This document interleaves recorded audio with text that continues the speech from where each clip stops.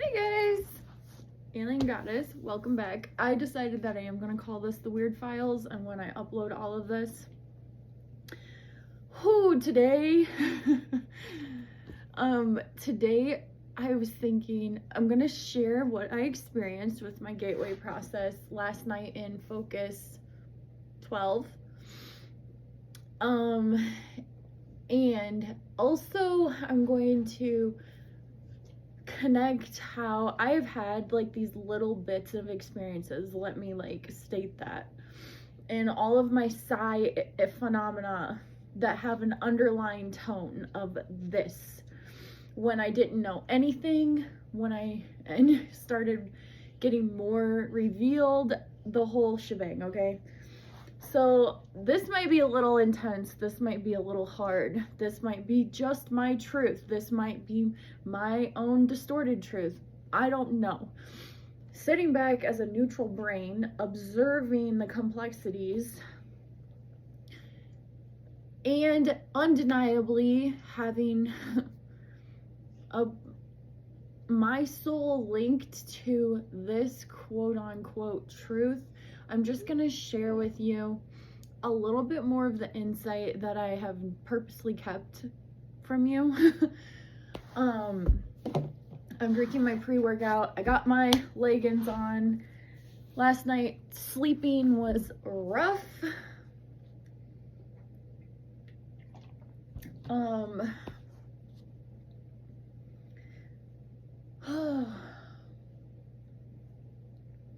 So I am feeling a little like trying to go to the gym, and but I will, because I always do, because I have like routines that, and like, protocols, rituals that I do that are like my center for like healthy, balanced living.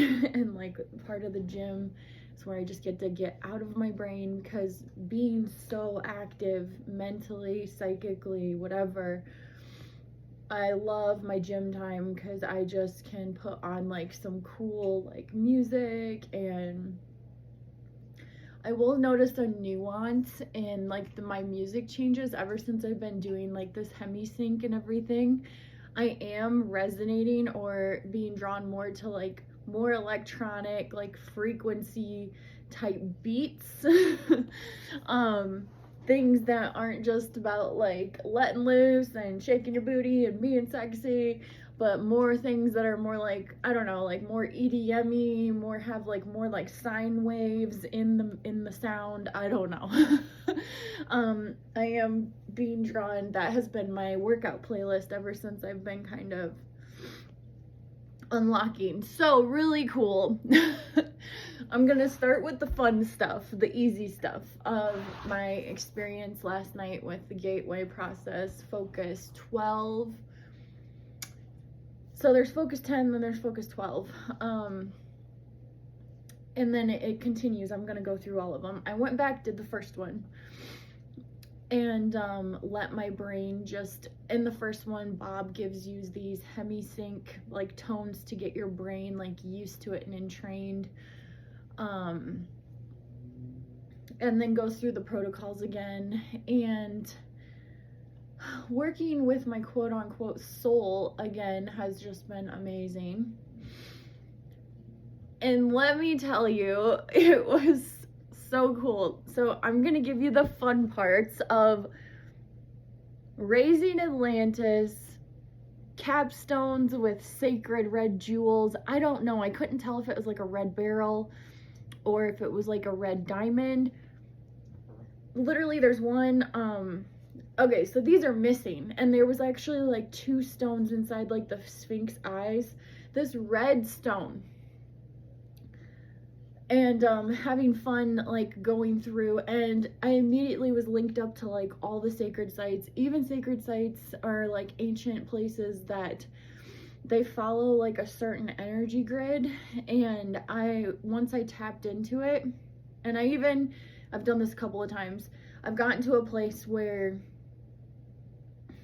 it's totally normal for me to like zoom all the way out and see the quote-unquote holograph. I don't know if I want to call it that. I don't think I resonate so much with the holographic term, but basically all of your parallel worlds, right? Worlds upon worlds upon worlds upon worlds. They look like Earth, like billions of Earths, but that is just a hologram for a reality. And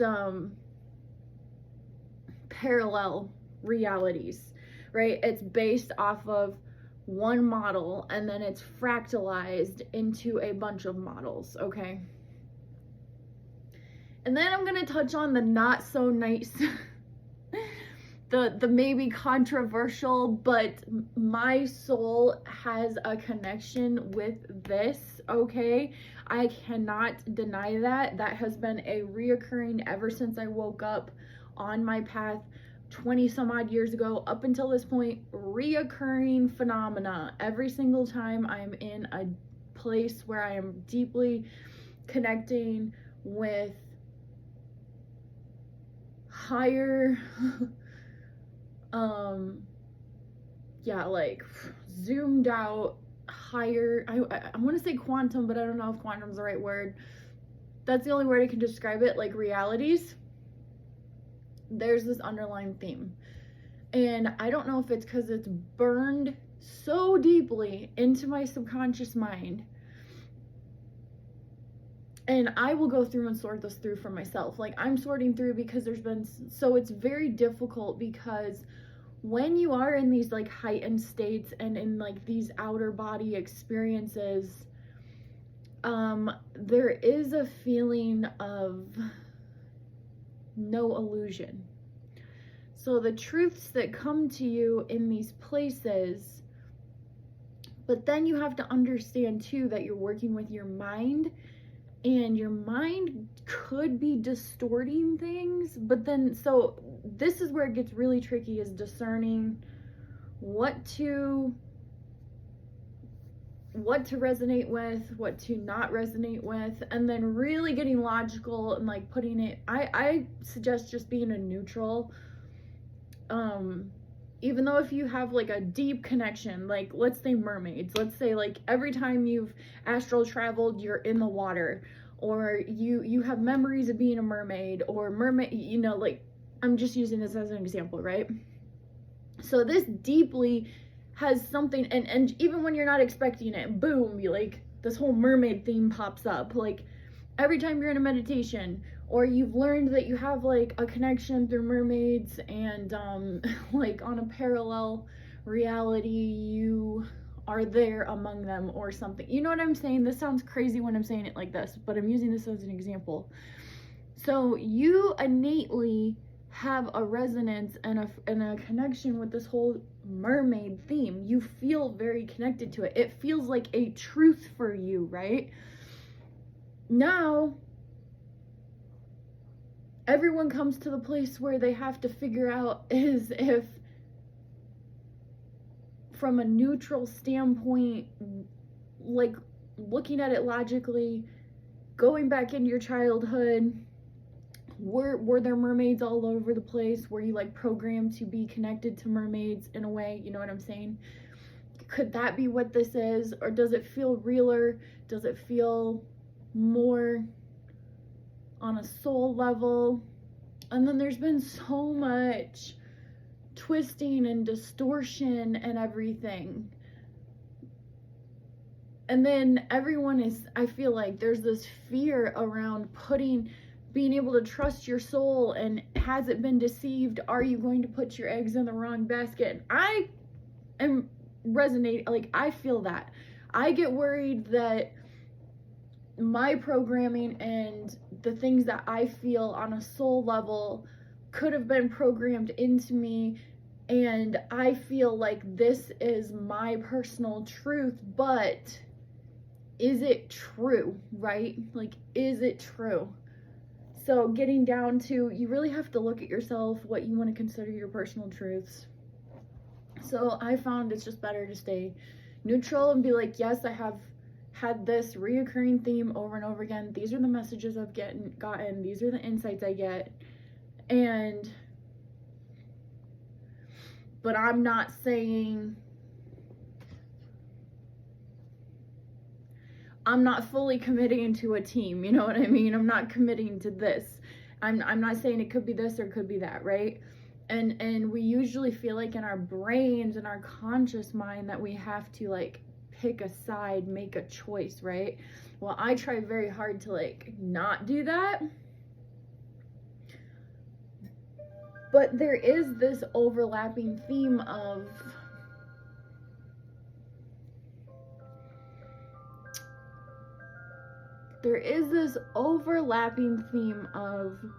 a story, let's say, that's been playing out over and over and over again, and being stuck in like a loop, right, of that story.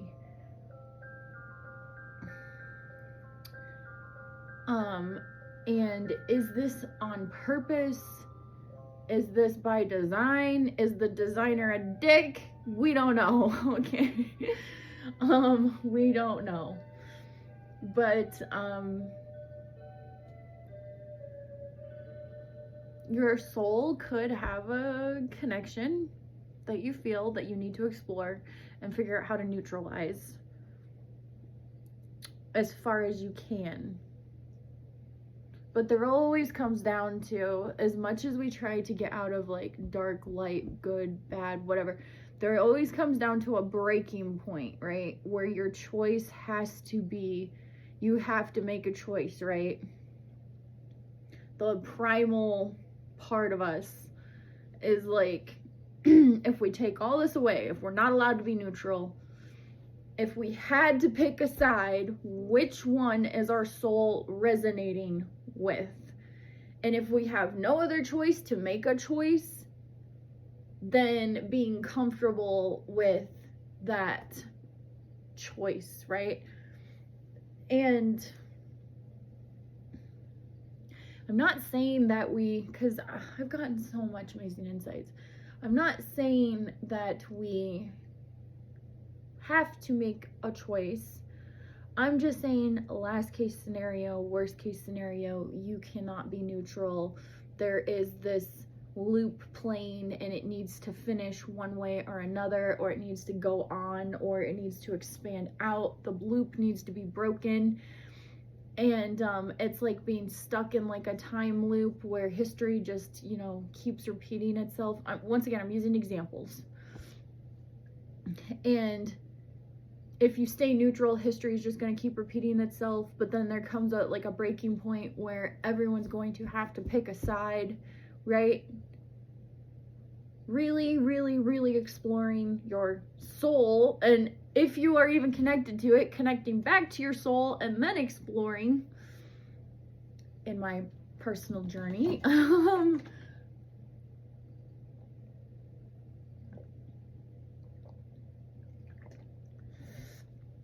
and making your peace with as much knowledge, as much information, as much insight, as much understanding as you can gather, making a choice, picking a side, right? And I absolutely hate this because I love being neutral, like I said,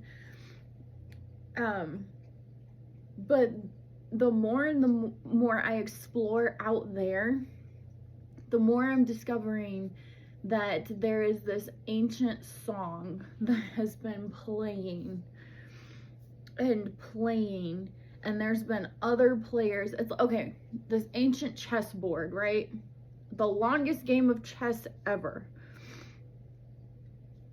And information has been kept, interference has happened,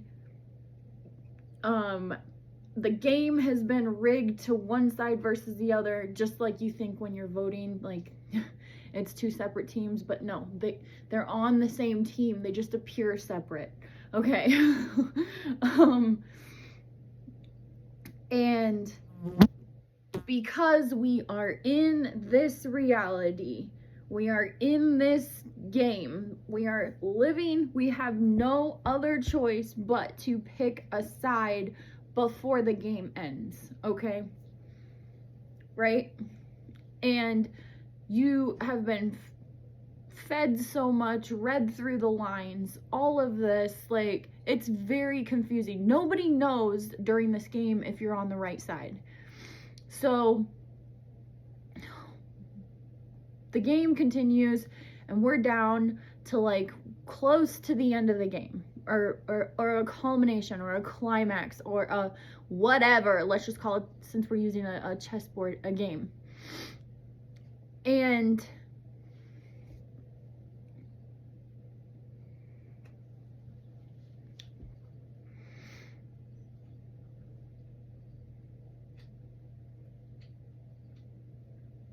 how do I explain this?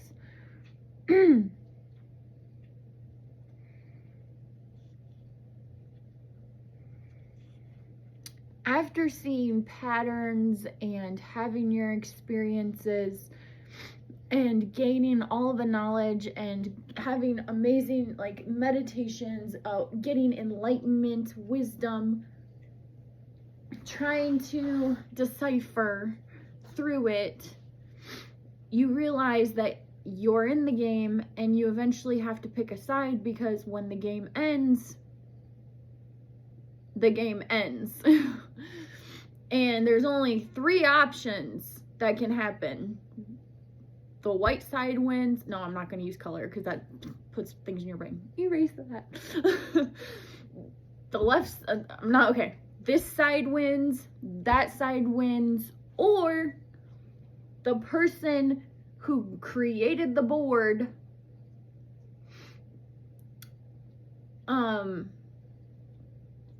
set up the game, let's say, or there's an outside observer that this is their game and neither side wins and the game ends because one reason or another. So this victory, that loss, that victory, this loss, or everybody loses and something else wins that nobody is really even aware of. Okay, so 3 outcomes.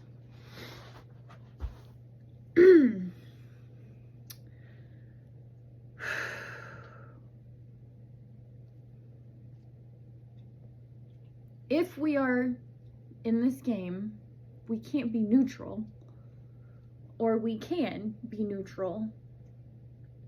But in the case that both sides lose and whatever this thing is just wipes the board clean for either side, because it is completely neutral and doesn't care, or has its own separate agenda that nobody on the chessboard knows about, right?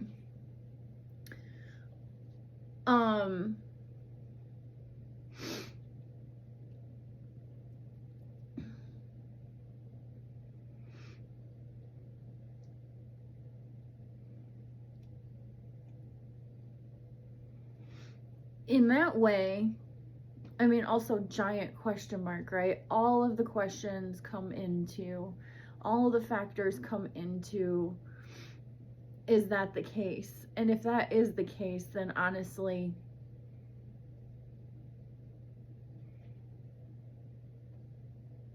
okay, so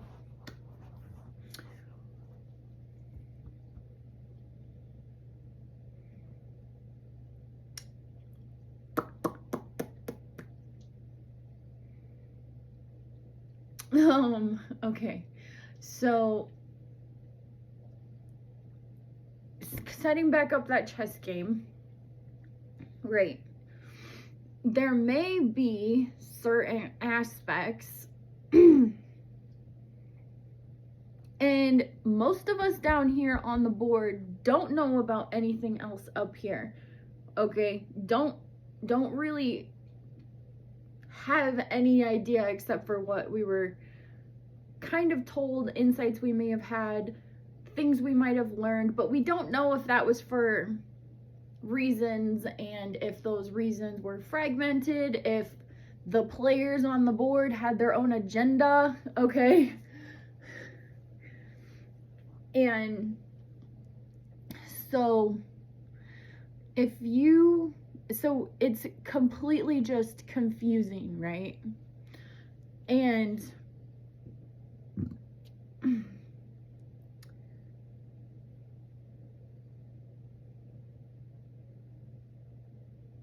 I think the more that the two sides become aware that they're playing a game and they don't want to play a game anymore, but this outside thing has, like, you know, the intention of, I don't care, I want you to keep playing.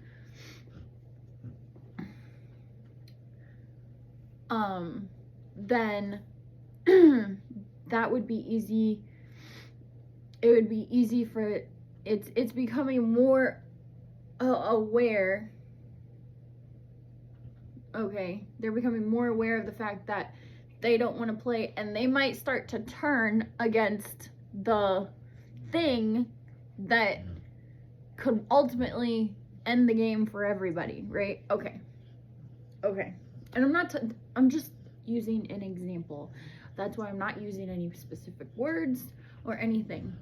I'm just saying, okay, so we might have been became aware of something.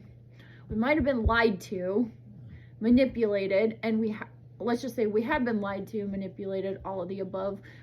Down is up, up is down, right is left, don't know, constantly getting bombardments. And then we have our own agendas that if there is anything else besides this thing out here trying to help us understand, it has been detained, captured because of the narrative or whatever that the players on the chessboard think that is going on, right? They think they're doing it for the right reasons, right? Okay. So we have to look at the state of the board and the game and ask ourselves a bunch of questions logically, and then look at all of the players, or the players left on each side, and try to see where their core value systems and stuff are coming from, and what is fueling us to, like, why these two sides are fighting each other. And so let's just say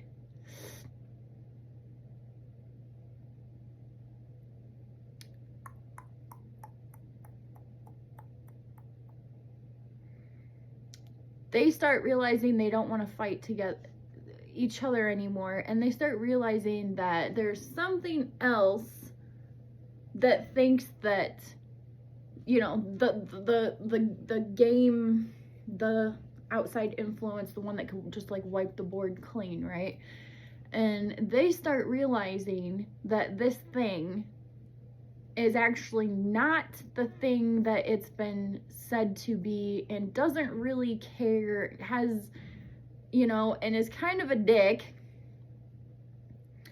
And they start to somehow work together and cross lines and understand things, because they realize that the game is not between them anymore. It's between, like, there's been enough of them wiped out that this much is left, and the game is no longer between this side and that side, but against something else, right? Go lay down and just shut off. You're fine. Okay. So,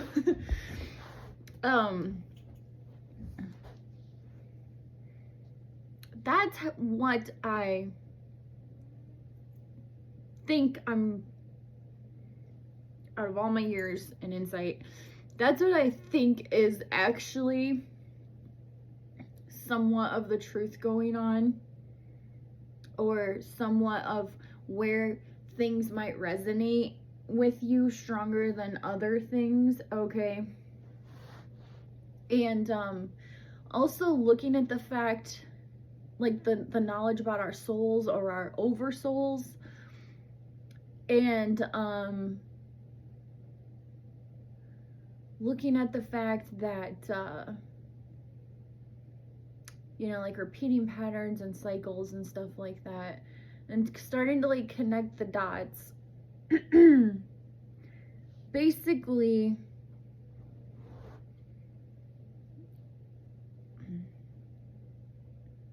whether it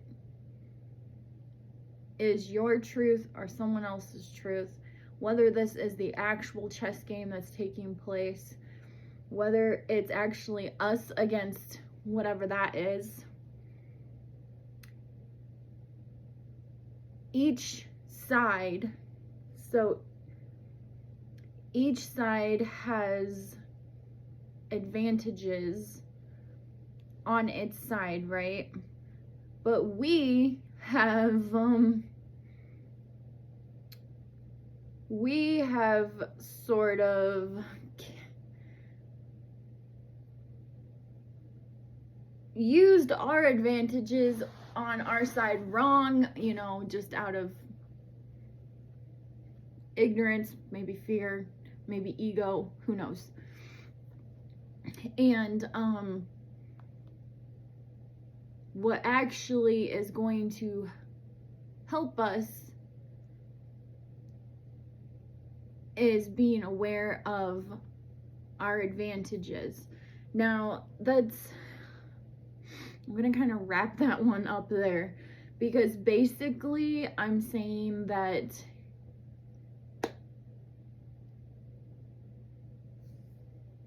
as much as we want to stay neutral, if we are forced to play a game, ultimately it will come down to picking a side. Either way,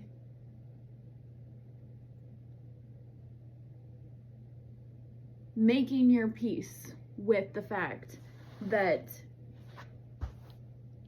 you know what I'm saying, making peace with your choice, okay?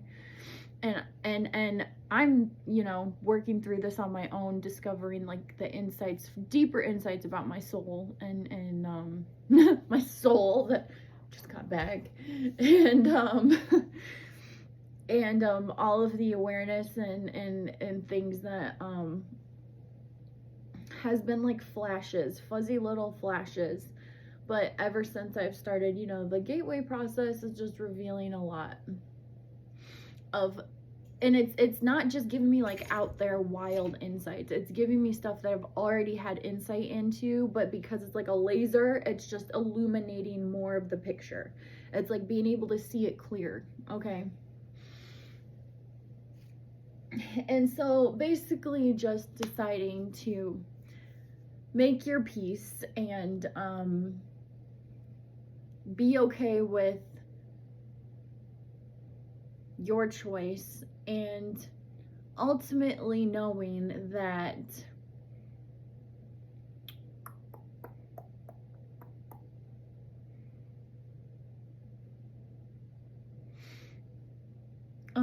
you know, ultimately knowing that your intentions were in a good place and you did the best with whatever information and truth and insight that you could gather in this crazy, distorted, twisted, diluted game board that you've been forced to navigate.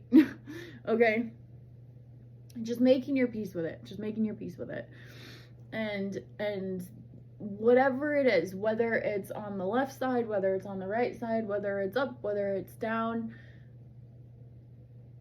logically, analytically, gathering all your data and being like, I'm not choosing, but if I had to choose, right? Okay. Making your peace with it. So that happened. And I'm trying not to make this video long, but these videos are so long because just like articulating everything. And if you're like me, you can sense it. You can sense something. You can sense something different, something strange, something that no one's ever witnessed before consciously happening, getting ready to happen, whatever it is, you can sense it. And it's kind of like shifting, shaping. It's not solid. We can't really put our finger on it. It may not be this, may not be that, but there is something, right? I don't know what it is, but it's something. And I can't tell if it's in the far out there, if it's closer, whatever. But I feel like also on an internal level. So what the insight I got about, and why I explained the whole chessboard thing, connecting with our souls, is because our souls, so this is what mine and me have been communicating about, is basically we have become a threat of some sort to something because of the beautiful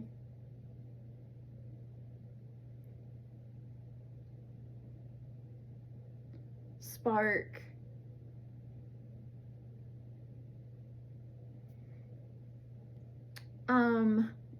and outside help or interference and whatnot that we have received, and our evolutionary process. And we are, what I was basically shown is on the peak of becoming something that rivals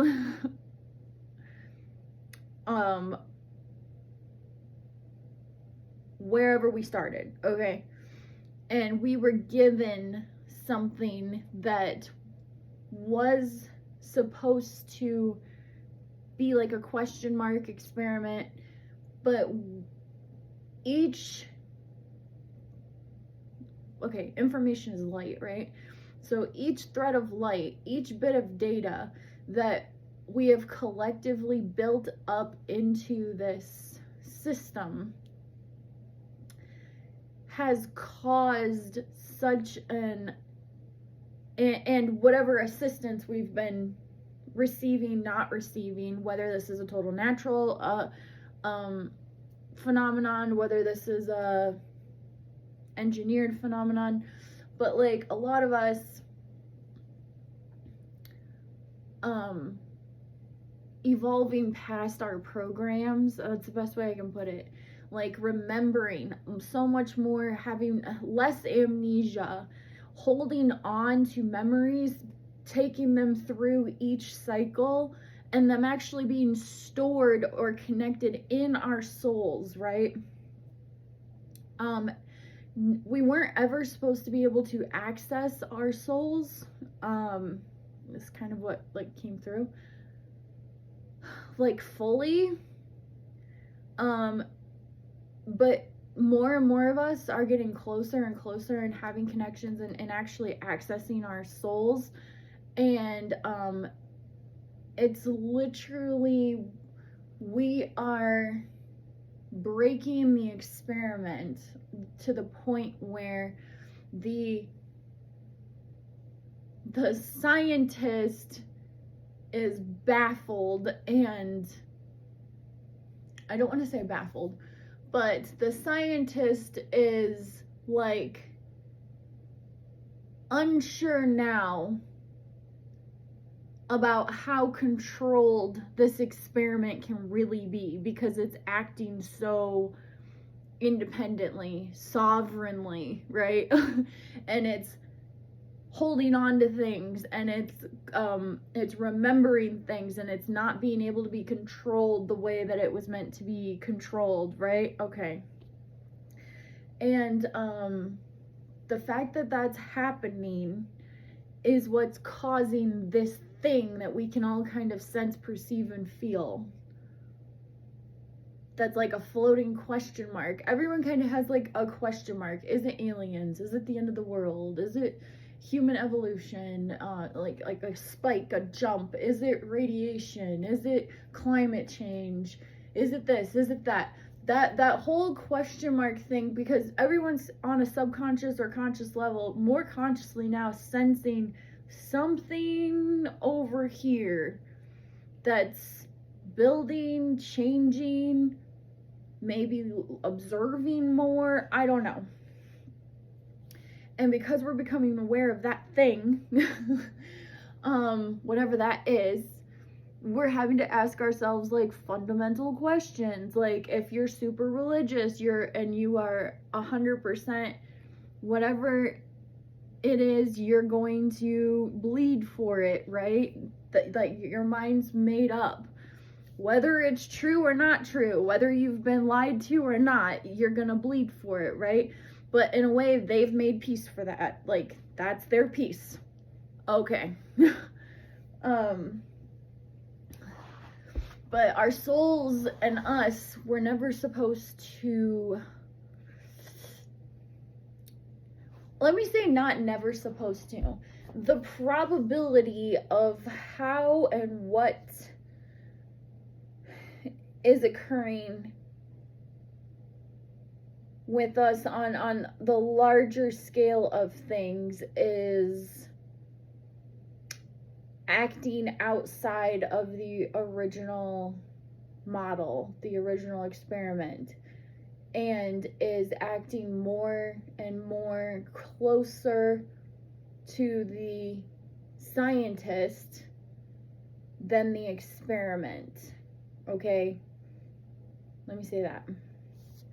And so, yeah, that was like this big insight. I'm trying, to keep this like short, but basically make your peace with whatever your truth after doing all your research tells you to do, because ultimately it may not be black and white. It may be different than that, okay? And there may be forces that seem to not be doing things or have a bad rep that might actually be saving our behinds. We don't know, okay? Connect with your souls, talk to your souls, see what they tell you about our evolution, see what they tell you about the floating question mark everyone can kind of sense, but nobody really knows what it is.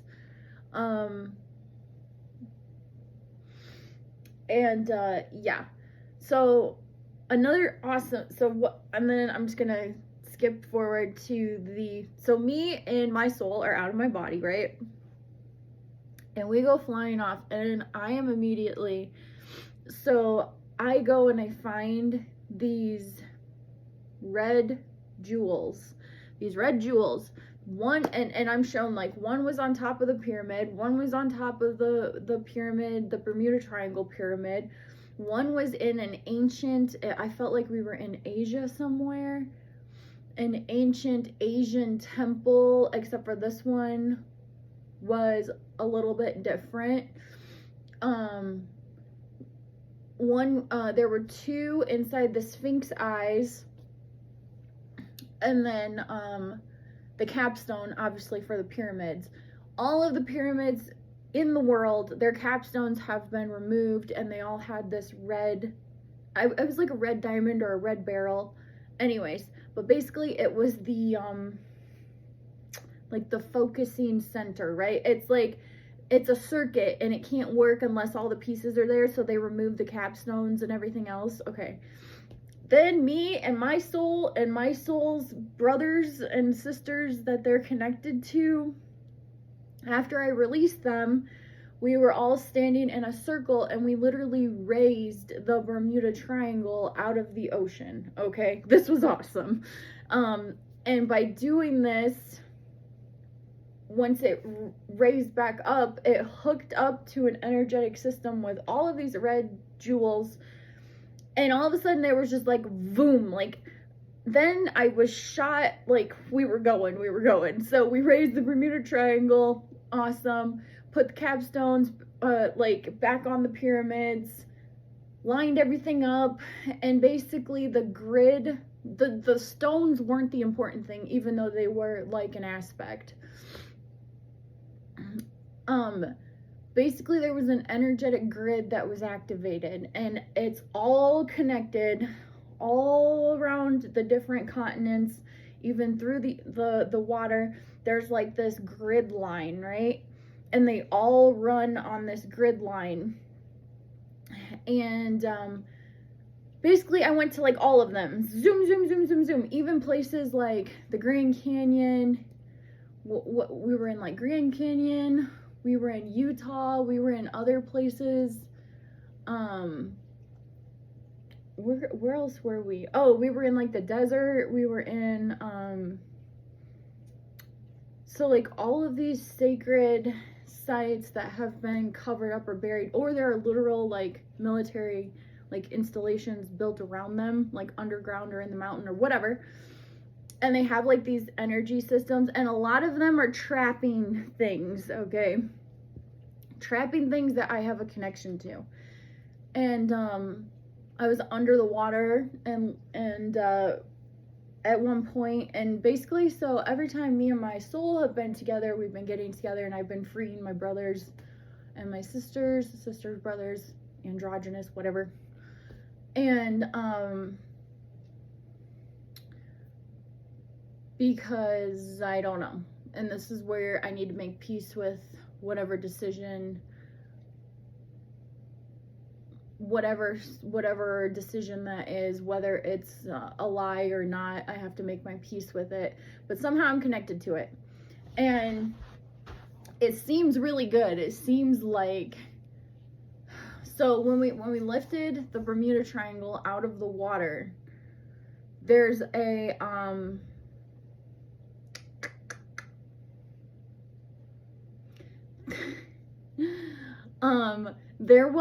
there's like a platform that was like connected to it. So it was like down here at the bottom, and then there was like a temple that led up to it. In the center of the temple, there was and this was Atlantis, whatever you want to call it. In the center of the temple, of this Atlantean temple, there is this weapon, okay? This massive weapon. And it basically has something to do with, it will be like one of the only defenses we have to utilize along with, and I'll get into the whole story and the empathic connection I feel to my soul, and why I feel like